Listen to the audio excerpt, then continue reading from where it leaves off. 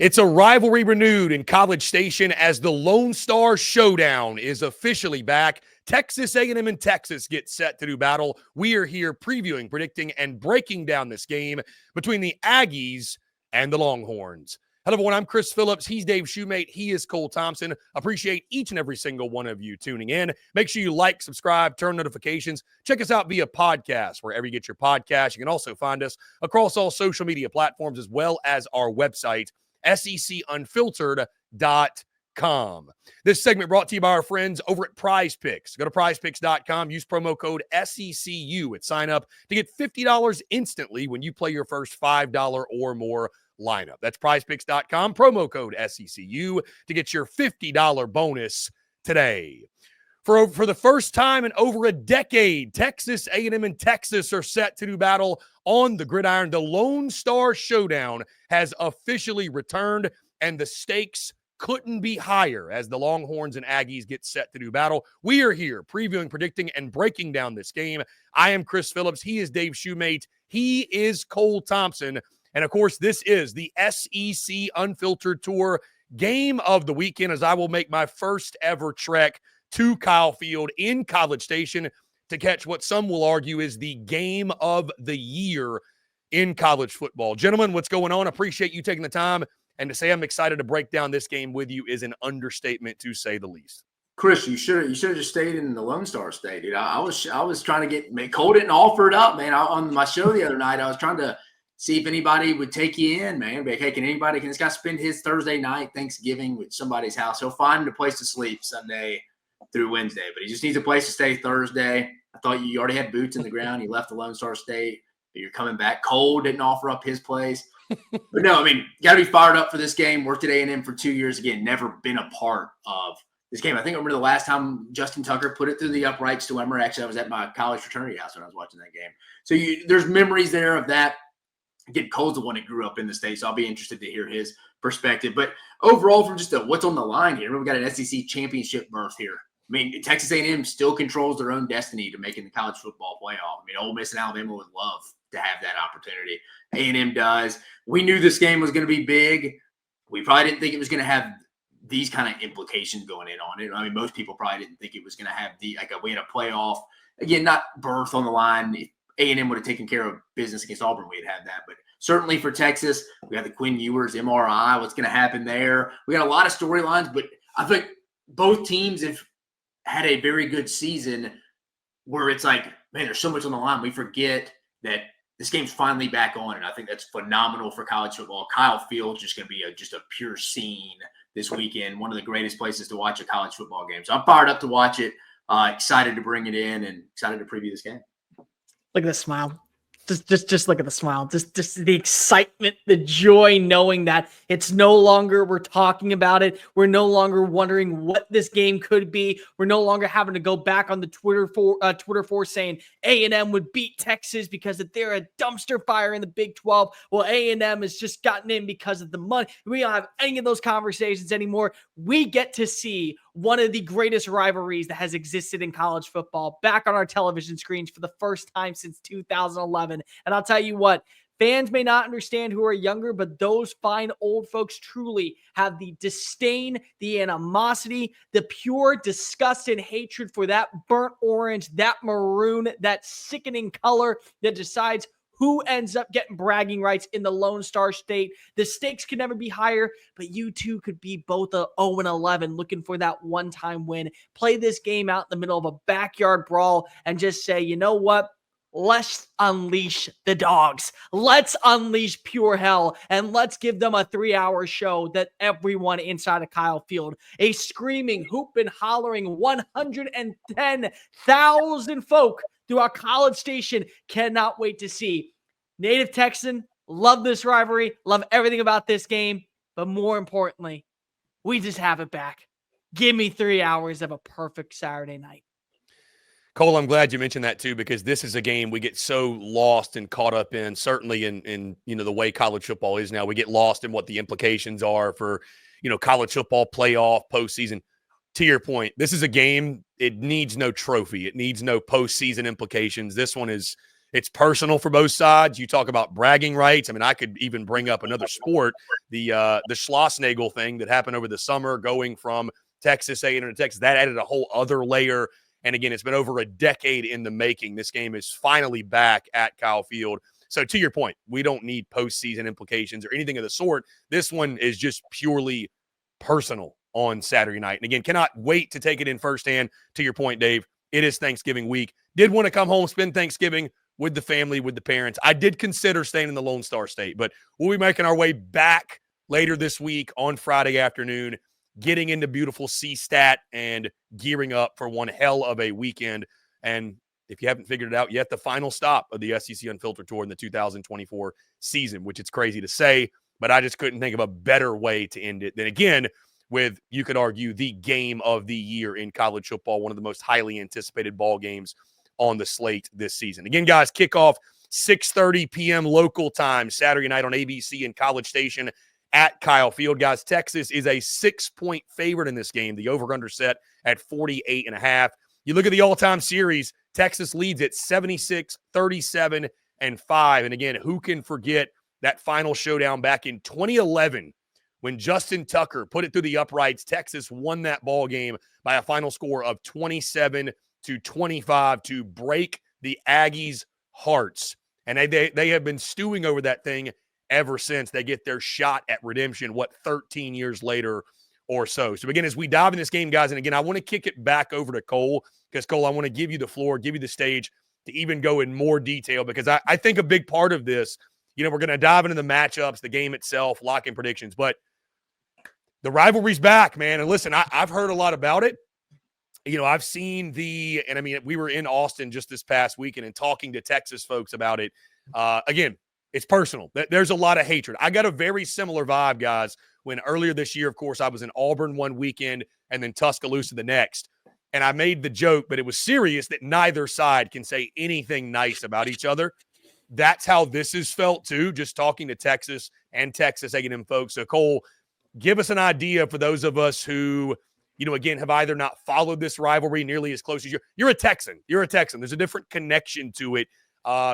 Just give the people, and give me really, and all of us, an idea of just this rivalry, the pure hatred. I mean, again, I feel like the toxicity, and I say this in the best possible way, the toxicity this weekend in College Station is going to be a beautifully toxic environment on Saturday night. Second to none. And I think the big point is that for years, many people that grew up in the Big 12 or the SEC that had A&M attached to their family name or Texas attached to theirs, is they don't understand what this rivalry was all about and how it brought together folks for 3 hours of nonstop hatred on a Thanksgiving weekend. And they didn't care if you bled maroon. They didn't care if you bled burnt orange. They didn't care how lucky you were to say that this person is my best friend. You didn't talk to them. You didn't care about them. You thought they were a god-awful individual. I was actually speaking to a former Texas A&M player not too long ago, and they mentioned that I remember watching as fans waited outside of the old Kyle Field for Texas players following a win, just so they could boo them one more time before they got back on the bus to Austin. They didn't care that they lost.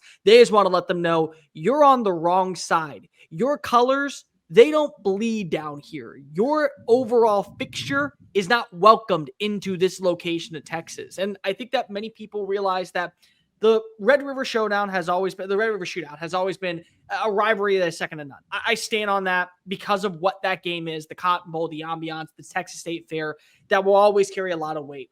But we talk about how a place like Georgia versus Auburn also carries a lot of weight. The Deep South's oldest rivalry. It's at that same level. It's at that same vicinity.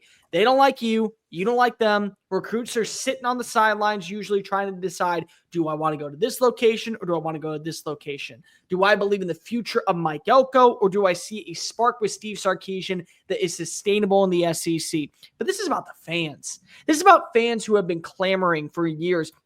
There are still people out there, and I'm telling you, you will listen to people on both sides of the coin say that DeLoss Doss did not believe that they were going to ever play against Texas A&M again. You'll hear them say that Lofton said that A&M was never going to play Texas again.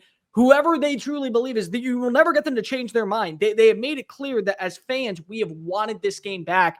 And you watch in other sports as it magnifies, whether it be in basketball, whether it be in baseball. And it's not just the Jim Schlossnagle thing. These two play against each other. And whenever Texas A&M gets a win at the dish, you see the horns come down and you see a ravenous bunch of Ags take the field, and they don't care. They don't care about the location. They don't care about the atmosphere. They care about making sure that they are the premier program in the state of Texas. And that is what is at stake. It's not just about going to the SEC championship game. Because for Texas A&M, if you lose this matchup, you're out. You're going to go 8-4 this year. You have to win out to guarantee your spot in the college football playoff and potentially get a first-round bye. But for Texas, you don't have to worry about that, because Texas, the way that chaos has occurred in this sport, 10-2, might actually be good enough to get you into the postseason. However, it's about dominance. It's about bragging rights. It's about sheer factor of you're not good enough. There is pure disgust on this weekend, and it has been for years. And you know what? I am 100% locked into it. I love that we get to see the animosity raise on up, because I'm not sure that people realize just how beautiful this game is and how fantastic this matchup is going to be the next 2 years. In DKR, at Kyle Field, how do you not love what will be one of the best rivalries, resparked, reignited, and more importantly, Texas A&M got the call. They were the ones that said, we'll play this damn game. We're playing that at Kyle Field. What happened the last time they were at Kyle Field? Justin Tucker broke the hearts and silenced a 13-year bragging right period. Texas A&M gets to do the same thing, or Texas gets to show, oh, we're not back. We're here. We've arrived.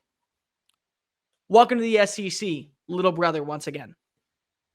And Dave, you've been in this rivalry too, right? I mean, you've we didn't play, right? But play. Like head-to-head recruiting, I know you've talked a lot about A&M would kind of hold that over. That was more SEC, yeah, because there was that stat in 18. It was like Texas, not Texas. The Big 12 didn't have a defensive player drafted in the first round for like 10 years, so it was kind of, you could use that. I mean, a lot of kids, again, that was in the midst of the SEC's just dominant run from when national championships all the way back to when Florida did in 06. So, I mean, in that state, you were the only team that could say you had the SEC logo. So we use that a lot. The vibe I always got from is A&M definitely cares more than Texas does. That's the vibe always. Like, I think Texas totally treats it as a little brother kind of thing. I don't think both these teams dislike each other to the same level. Like, Texas don't like A&M, but it kind of just looks down on them. Where A&M definitely you can tell it definitely means more to them because they're the agricultural school where you had the business and lawyers go to Texas, the old tea sippers.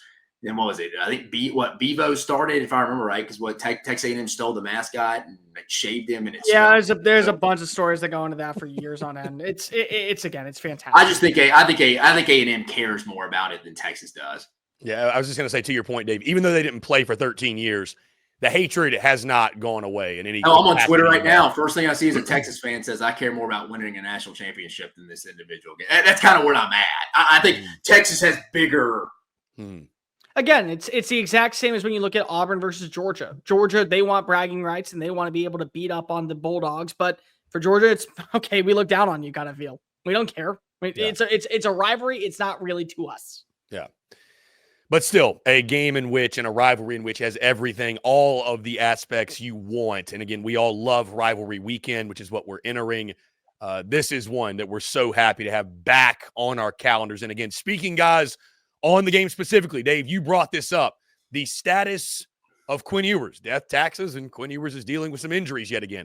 Should not be a big deal. Again, I was in Austin over the weekend, talked to some of my guys on Sunday afternoon, said that he should be good to go, should be fine. A mild ankle sprain is what they are calling it. But, guys, how concerning is it? And I'll start with Dave. How concerning is it coming into this game that Quinn Ewers is dealing with maybe something? Here's the thing. This is the kind of game his leg would have to be off to not play. Like, you're just, no, everybody's banged up this time of year. You're going, unless you just literally cannot.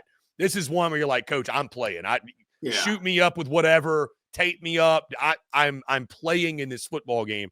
But how concerning is it? And I mean, I think one of the things I'm looking for in this is Quinn Ewers going to have sort of that signature moment, that signature game in College Station, because he's been good, but there's just still this underlying level a frustration with Texas fans. Even being in Austin, that game against Kentucky, it was like, give Texas credit. They've done what they need to do to win. He's played fine, but you're going to probably need him to be better than fine Saturday night in College Station to win this game.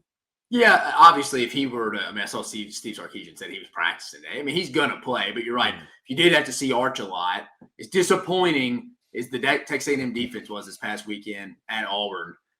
It's at home. It's going to be as loud as an environment as we can. We've seen 2 ruckus environments there just this year, Notre Dame and the LSU games. So, I can only imagine what it's going to be this week. That would be something probably a little tough for Arch. Factor in Elko, such a great schemer.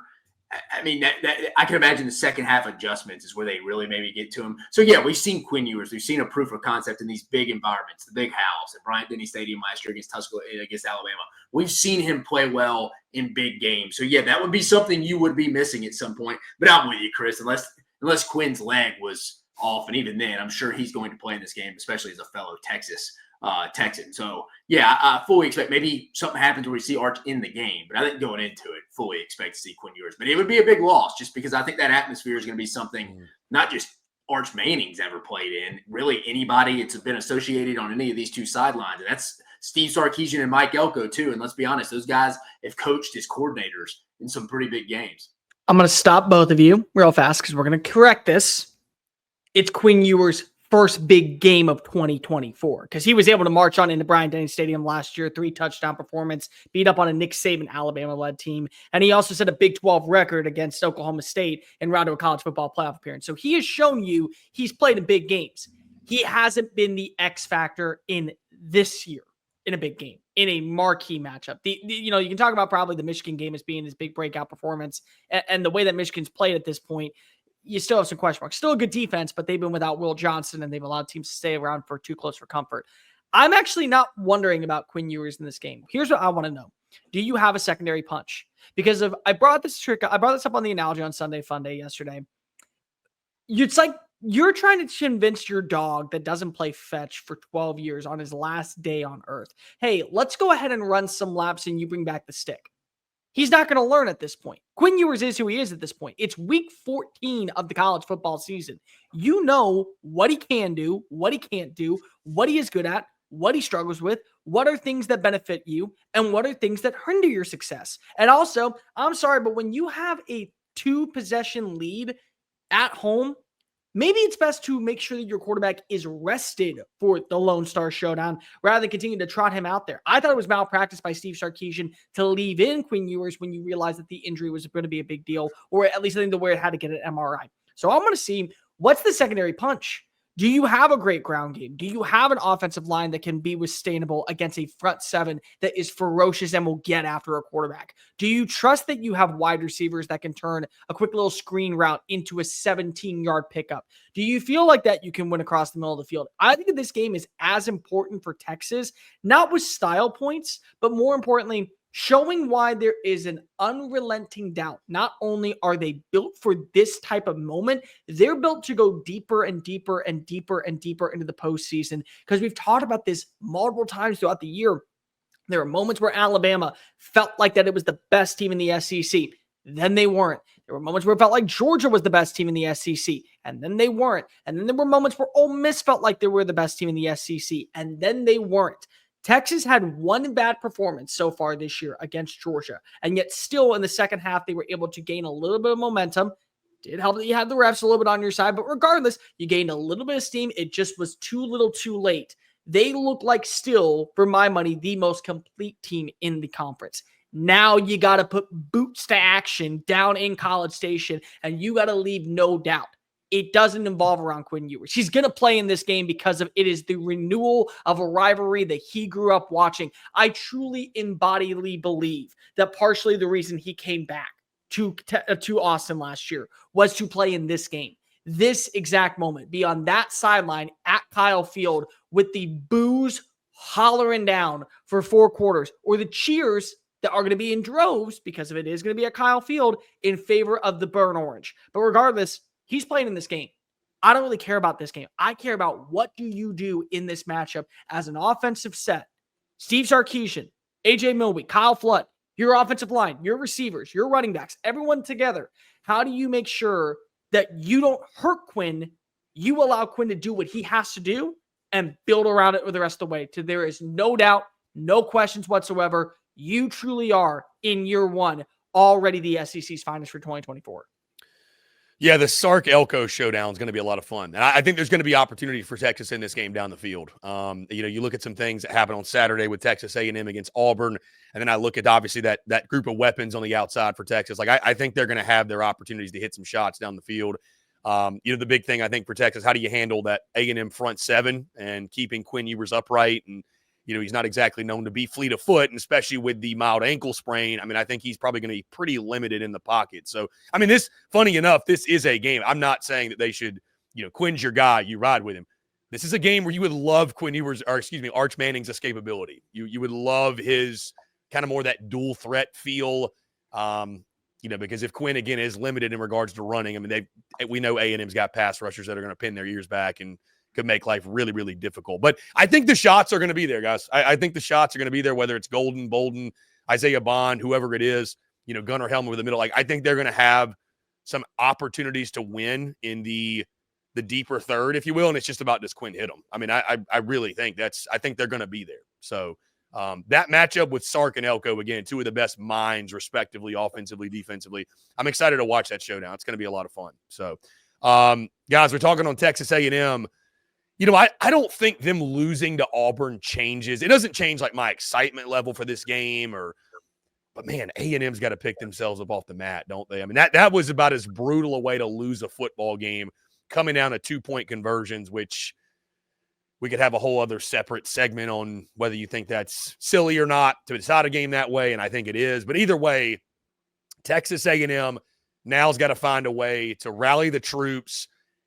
There's still, again, you control your destiny, which is so crazy to say. That's just how wacky this season has been. But you got to find a way to make sure you rally the troops, circle the wagons, and put together your best performance Saturday night. You cannot let that Auburn game kind of linger. And, I mean, again, you're going to need to put your best foot forward on Saturday night, not let the Auburn game affect you. No, 100%. Like you said, Chris, I mean, the thing you go sell if you're Mike Elko from an optimism standpoint, obviously outside of just getting fired up for this game alone in itself. Yeah, I mean, you control your own destiny. Like I mentioned, going into Ole Miss and Alabama would love that. I mean, again, are the odds in Texas A&M's favor? No, but it's 2 games. I mean, it's a 2-game season, and then 4 if you were to win both of them, and then some if you were to win both of those. So, yeah, I don't really think their performance in Auburn is going to change a whole lot. They're going to have a great game plan coming in. It's at home. I think they'll be fine. And again, as we've seen every week, guys, we always try to, everyone's guilty of it. Like we always like, we found the answer to this team, and they come out and look totally different, good for better or for worse each week. So I expect to see, if the way college football season gone this year, a pretty well played, good game plan, schemed up game from Texas A&M and that staff, honestly. I just do, just because, again, teams aren't really – this season has been so week to week for everybody. Just the ups and downs, injuries, lack of depth is what it is. So I don't really think this one game against Auburn changes. Dave, to your point really quickly, I do agree with you, and I think we even need to emphasize it even more so that, like, I mean, it's week 14. It's the final. We should have learned this probably a month ago, but if you haven't yet, like, you can't draw conclusions based off what just happened 7 days ago. You just can't do it. I mean, we're just, for most of these teams, it just doesn't apply, So it's, to your point, it's, you recognize it happened, but you kind of take it with a grain of salt, and you have to almost put this A&M Texas game, this Texas A&M game, whatever side you're on, you got to put it like in its own thing. It's in a vacuum, right? Like it is. I don't know how much other things really apply when it comes to this 60 minutes on Saturday night. I think the thing that's really important here is that 2 things are true at once. The first is that the Auburn voodoo magic of Jordan-Hare Stadium had yet to make its arrival in 2024. And unfortunately, with Alabama not coming to play the Iron Bowl there, A&M was the last victim on the board. And that was a big deal. There's something scary about playing in Saturday night inside of Auburn, Alabama, where that stadium is built on the gravesite of a shaman man that wakes on up and decides to let his presence be known once a year. I think the other thing that's really important is this is a Texas A&M squad that I feel is very codependent right now on Marcel Reed. And the reason why is because they just lost Le'Veon Moss. We can't come to the conclusion of a team because of anything and everything is possible, but we also had to come to the conclusion that, hey, their rushing attack is already down one major element in Ruben Owens. They also lost Le'Veon Moss, and it was very evident in that matchup a couple weeks ago when you watched them play against New Mexico State. So they're very codependent on Marcel Reed, and the numbers back it up. He had 3 touchdowns on the day. He also finished second in rushing behind Amari Daniels by about 30 yards. He finished with 355 total yards of offense. On top of that, he also had 3 touchdowns, and he was able to bring this team back after being down 21-0. But the fact that they were so codependent on Marcel Reed early on in this matchup and really in the second half, that is something that I think Texas can pull advantages of. They got to be able to have that secondary punch. And more importantly, if you're Colin Klein, I say this as kindly as possible because you don't want to give up too much when it comes to the future of what could be this matchup if you go down to Atlanta and win this game. But I'm telling you, because of this could be your last game at Kyle Field, you got to unload the kitchen sink. You got to throw everything at Texas's defense that has been one of the best in college football this year. You cannot leave any doubt, and you got to have a secondary option to generate points. It can't just be on number 10. It can't just be on him winning with his legs inside the red zone, connecting on a big-time throw to a Noah Thomas or a Jabri Barber or a Ja'Day Walker. You have to be able to have that secondary element. And it may be E.J. Smith. It may be Amari Daniels. Who knows? Maybe this is finally the game where Ruben Owens, he's off the injury report in terms of out. He's doubtful, but doubtful does not mean out of the game. Maybe they get him back. I don't think they do. I'm just telling you right now, I don't think they do. But still, you got to be able to have that secondary punch. And the big point of emphasis, and this is what's going to decide the game for me, ladies and gentlemen, who can pressure the quarterback faster and quicker? Who can do it earlier in the game and who can consistently do it? Is it going to be Texas A&M with the Turner? I mean, with the Schmars? With Nick Scorton, with Scooby Williams, Torian York, or is it going to be Texas with Vernon Broughton, Alfred Collins, Trey Moore, Colin Simmons, Ant Hill? Whoever gets the quarterback down on the ground and flustered more often, that's the one that comes away with the win. Yeah, watching these 2 D lines work is going to be fun. I think to your point, though, Cole, a lot of it is going to fall on number 10. I think on Marcel Reed. Here's a fun question. They were good on offense last week. They were great on offense. They were. That's why I don't really hate them sticking with it. I think them and Alabama are totally different when we're relying on. I just feel like they need a secondary punch. I don't know what that is, though. I don't know if it's just quick passes. They may not have it. That's why they're rolling with Marcel Reed. Right. Again, and unfortunately, at this point of the year, when you're down one of your best running backs in an offense that caters toward the run and tight end play, you really need to be healthy at that spot, and they're just not. 21 carries, 66 yards for Marcel Reed in that game against Auburn. He also threw for 297, 22 of 35, 3 touchdowns, had 1 pick. Fun question, guys. I mean, what would you set his over-under total of rushing yards that he needs to run for Texas A&M to win this game? I mean, I think it's got to be around like 50 or 60 yards. For A&M to win this game, I mean, I do think quarterback run game, I think you're going to have to use it. Like, I just think he's going to have to be able to get out of the pocket. I mean, I think there's probably going to be some 3rd and 6, 3rd and 7s. You're going to need him to improvise and convert. Like, I think he probably needs to run for 40, 50 yards at minimum for A&M to win. Yeah, I think it's about right. Probably his biggest plays probably come off some improvisation more than the design runs. Just because he's not a big kid, so he's not going to be breaking tackles, falling forward to pick up those extra yards. I'd probably say when he gets outside, maybe he breaks containment. Someone picks up. You're right, Chris. I mean, you're probably in that range. You're right, 50, 60 yards. Texas is 3rd in the SEC in rushing yards, allowed at 104. A&M has to finish with at least 130, I think, to win this game. Say however you want to do it, whether it be 70 from Marcel Reed and 55 from E.J. Smith / Amari Daniels, or 100 from Marcel Reed and 30 from Amari Daniels. I think you have to get 135 as the over if you want A&M to win this football game. Battle in the trenches, boys. Both sides. Yeah. Of it. Both offensive lines are going to be, which have been, guys, it's been kind of the theme with offensive line play in this league this year. It's been all right, but it hadn't been great, obviously, for anybody. Both these offensive lines will be tested. I mean, a lot of this game, not to oversimplify it, you could really boil it down to, though, which offensive line, is able to more so hold their own against a really, really talented defensive front they're facing off against. I mean, that's – yeah, and A&M, I think, in this specific game, because where it is located, will have the advantage. Communication, due to the crowd noise. How will Texas kind of change it up a little bit when they start going with the center tapping, the guard tapping the center on it? I mean, it's a massive advantage on the road because you can't hide when you're. I mean, it's just all right when he taps him, go. Because I mean, you're not going to double flinch that. It's only going to mess up yourself. So I mean, that's an advantage there A&M definitely has. Now, if this game was at Texas, it'd be the opposite. But just specifically speaking on Saturday night, A&M, I think, has the advantage. Now, will that matter? I don't know, but I think they have the advantage.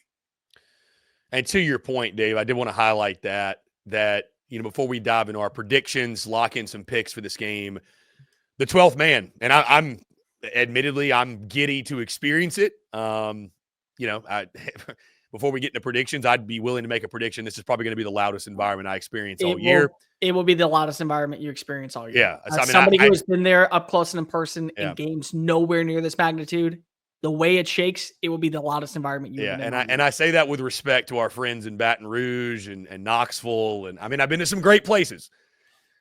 But when you think about this game and what's on the line and the hatred, the just pure hatred from both sides, yeah, it's going to be a zoo. I mean, Kyle Field is going to be a zoo. And Dave, you just made the point. I mean, the way the 12th man, I think, can impact this game. I mean, I think A&M fans don't need me or any of us to tell them this, but you can absolutely have a firsthand impact on this game. Oh, dude, when the Mo Bamba third down song that I think they started the year I got there is their third down song, it literally – that'll be a big issue, I could say. I mean, Texas, Steve Sarkisian are smart. Yeah. You look at like the theme of college football this year. Like, home field has just meant everything. It's like at times it seems like it's meant everything. So forgive me for looking at this and saying it kind of feels like it. It's like, well, I mean, here we are again. I mean, backs against the wall. You're on your home field at night, rivalry. I'm not going to blame people for saying, hey, that might be enough to give Texas A&M the edge in this football game. Like, we've seen it. We've just seen it all year play out that way. Could play out again that way on Saturday night. Guys, let's do it. Let's lock in some predictions. Let's lock in some picks. Let's let the Texan kick us off. No, you want to go last? I want to go last. Okay. I want to go last. Well, you know what? I was going to give you the choice, Cole, so we'll let you go last. We'll go across the board. We'll go across the board. He's going to defer to the second half. I defer to the second half. We'll go across the board. I'll go ahead and start this thing off. Again, first things first, cannot wait to get to Kyle Field. Cannot wait to get to College Station. Again, there's a reason I picked this game. I still feel kind of like I have to pinch myself because it's one over the summer. Obviously, we talked about as game of the year kind of vibes. Game hasn't been played in 13 years since 2011, that classic that took place. And so to be there in person, to be stepping into Kyle Field for this matchup, I mean, it's going to be an electric weekend, going to be a great weekend, going to be a great way to put a pin in the 2024 SEC Unfiltered Tour. Cannot wait to kick it with all the great Aggies and Longhorns, and going to be an electric time. As far as this game, as I mentioned, we're sitting here making predictions. I'm more than willing to predict this is going to be the loudest venue, the loudest environment that we experience all season long. I just think when you think about how long it's been since this game has been played, the pure hatred on both sides. And I get what you guys were saying, and I don't disagree. Like the way Texas fans look at this game and A&M fans, the vibe's a little bit different on both sides. But still, both sides desperately want to win this game. They hate each other. I mean, again, I was just in Austin. They hate each other, like truly loathe each other. Like Dave Chappelle, player haters ball. I hope all the bad things in life happen to you and only you type of vibe. When you look at this game, I think this is a big opportunity for Texas, guys, from the standpoint you mentioned, too. I don't know that a loss here knocks them out of the playoff like I once thought it would, just because of the chaos and the madness around them.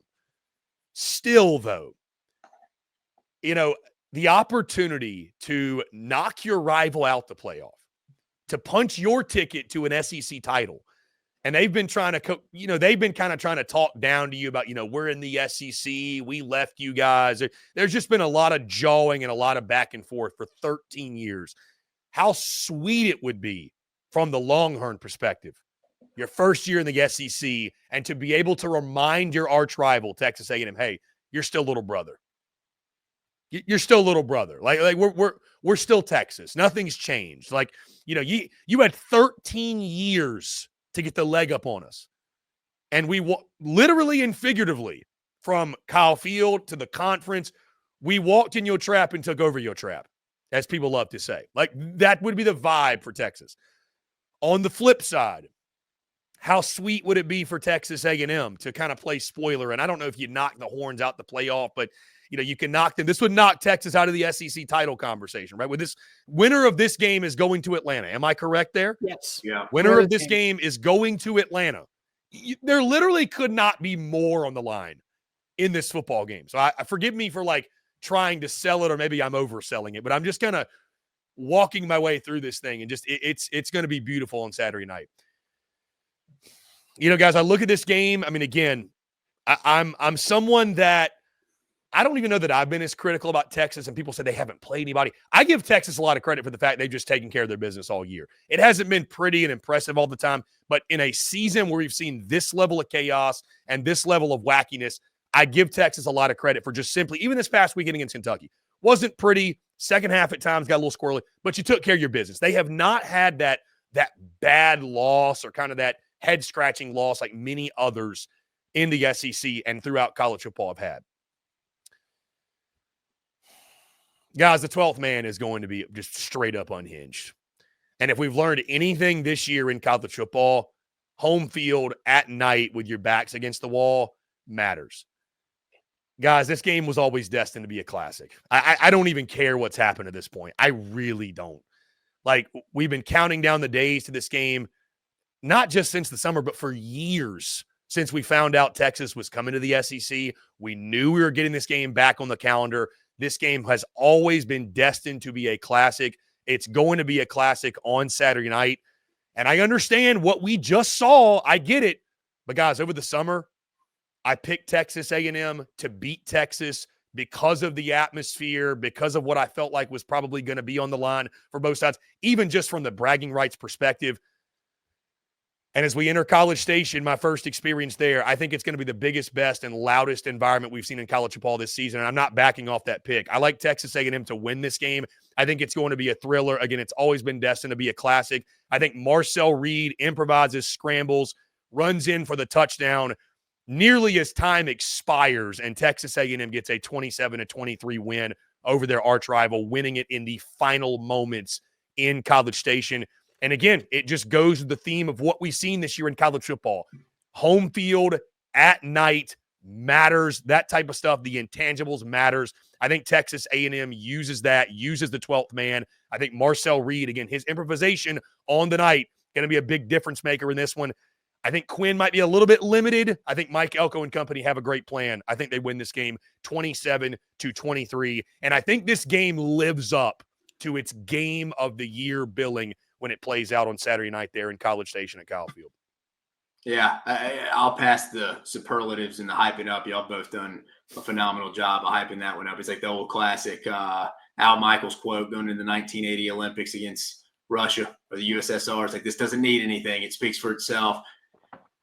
I'm with you, Chris, from being in there against games against Clemson in 18, Jimbo Fisher's first big game, the 2018 LSU game with Joe Burrows, that's his last college loss. Place is loud. I can only imagine what it'll be like on Saturday night. I do think that is going to affect Texas's offense significantly. I just think you can only prepare for that so much. How the snap count's going to be utilized. I know A&M's not coming off their best defensive performance against Auburn this past weekend, but Mike Elko and them, I think, will have that squad locked back in on that side of the football. They'll pick up on keys, very attention to detail on that side of the ball after working with him. They'll find out some tendencies Texas is going to have to use in this environment. Again, I think Texas is the better team. I think Texas is the better team. If they played this 10 times, I think Texas would probably win 6 out of 7 times. Not to steal another line from Miracle here, or not really from Miracle, but in the same setting, it's just like what Herb Brooks said, like, tonight you are the team. I just think A&M in that environment, I just think somehow, some way, I think Texas is just going to really struggle on offense tonight. Because now, if you told me they committed to the run game, I may think a little differently, but nothing has told me they've committed to the run game all year. And whenever they try to do it, they have success. I mean, they ran out the clock against Kentucky. They did it against Arkansas the week before. I just don't think they'll consistently do it. I think Quinn Ewers will be rattled a little bit. Maybe we do see Arch. I just think Texas A&M's defense is going to have a very locked-in performance. Could be wrong, just a feel with that environment, because I really do think it is going to be like having an extra man out on that field, just with the environment of it being the biggest game, probably biggest home game in Texas A&M history when you factor in what's still in the line, even with the loss to Auburn, obviously beating Texas in Mike Elko's first year. I mean, this was a school that was thinking about keeping Jimbo Fisher last year because they thought whoever they brought in couldn't beat beat Texas in that first matchup, and they want this one so bad. It would be a massive win. I think they get it some way, somehow. I think the defense is the standout. Offensively, Cole is bringing up the running back spots. Le'Veon Moss and losing Reuben Owens. I think that is a key factor. I think it's a fair factor. Where does this offense produce? Maybe they found a little something last week in Auburn. Maybe Colin Klein will have a game plan. I think they're going to have some shot plays, and I think this is an improved Texas defense, no doubt about it. Hadn't been overly challenged offensively. I think they're improved. I just think A&M has a phenomenal game plan at home. If this game was played anywhere else, and I'm a guy that usually the better team wins no matter what, I just think this is that one-time deal. I think there's exceptions to every rule out there on this earth. I think this is one of those. I think the 12th man's the difference. I think A&M's defensive game plan with Mike Elko will be the difference. Give me A&M 28-20. I'm going to start off with this. We've done this all year. I pick against you, A&M. You win the football game. I pick against you, A&M. You know you're going to win the football game. We're going to stop this. Bit's over. Whoever I pick in this, I truly believe I'm picking in this. So do not think for 1 second I say Texas A&M is winning. That means internally he actually says that Texas is winning this game. Don't do that. Because you did pick Auburn, and Auburn did win. And so Auburn you did are win. right. You are right. So Hex it's over. is over to a degree. Yes. It's over. Mm-hmm. I've been waiting for this for years. Just internally knowing what this game means to so many people in the state. Just knowing what this game is to so many people who grew up in the Lone Star State, knowing how many people decided I was going to go to Texas A&M or go to Texas because of who won the football game, knowing what the animosity is at Kyle Field or DKR, the walk up, the build, the momentum as the fans start to stockpile into the stadium, and you can already feel the pure disdain and hatred is there. I'm just excited to have this game back. I am, and it's great that everyone is here. Everyone is going to be on their P's and Q's. It started on Sunday. I mean, Jaden Blue is walking around a press conference right now holding onto a football because if he realizes I cannot fumble this ball at any point in this game because I will lose. We will lose this game and I will be the one to blame. And now we enter a new era of Lone Star rivalry where we're sitting at 0-1. The past is the past. You are sitting now at 0-0. And just like we've talked about with the Iron Bowl, it's no longer Nick Saban running on the sidelines opposite whoever is Auburn's coach. It's a new era. It's a new era of this game. Who is going to pressure the quarterback more? That's all this comes down to for me. That's all this is going to be. It is one in the trenches. Ladies and gentlemen, you need a quarterback to be successful in college football for a 12-team playoff, but you need depth. You need depth and you need trench depth. Do you believe that your depth is going to be the most sustainable factor? That crowd noise is going to be such a major element, the underlying point. But here's the thing. When you look at Texas A&M, if they win this football game, not only has everybody have to realize that Mike Elko was 100% the right guy, it is a statement to put them right in the conversation of being a college football playoff contender. Because if in an atmosphere like that, you win there, you can win anywhere. If you can shut down a Texas defense and you're able to utilize your advantages, then you can win anywhere. But I am really sick and tired of hearing people bring up Texas's schedule and not giving them the flowers. I am sick and tired of seeing people say that Texas this year hasn't played anybody, and so their defense has let them down. Their defense is the reason why they will have a shot to win a national title. And I brought this up before. You have to win with depth. What does Texas A&M not have? Depth at running back. What does Texas have? Depth in defensive formalities in droves. 4-quarter game, 4-quarter battle, and the doubters, the national pundits, anybody who is tired of saying who has Texas played this year comes to a close because they played in what will be the game of the year environment, places that you could only dream of ever envisioning in a world of college football, and they walk away one victory from securing dominance in a new SEC. I like Mike Elko. I like Texas A&M, but I brought this up many a time before. It takes a year to get rid of the stench of the previous owner. One more year, and maybe we're talking about this differently. 21 20 final score. Texas wins. A classic awaits us at Kyle Field. I feel confident in saying that. Hey, listen, a classic awaits. It is going to be an electric weekend. Again, game of the year vibes in College Station. Guys, do you agree with us? Do you disagree?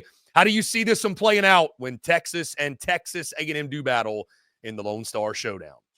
Guys, that's going to do all for us. Appreciate each and every single one of you tuning in again. Make sure you like, subscribe, turn on notifications. Check us out via podcast, wherever you get your podcast. You can also find us across all social media platforms, as well as our website, SECUnfiltered.com.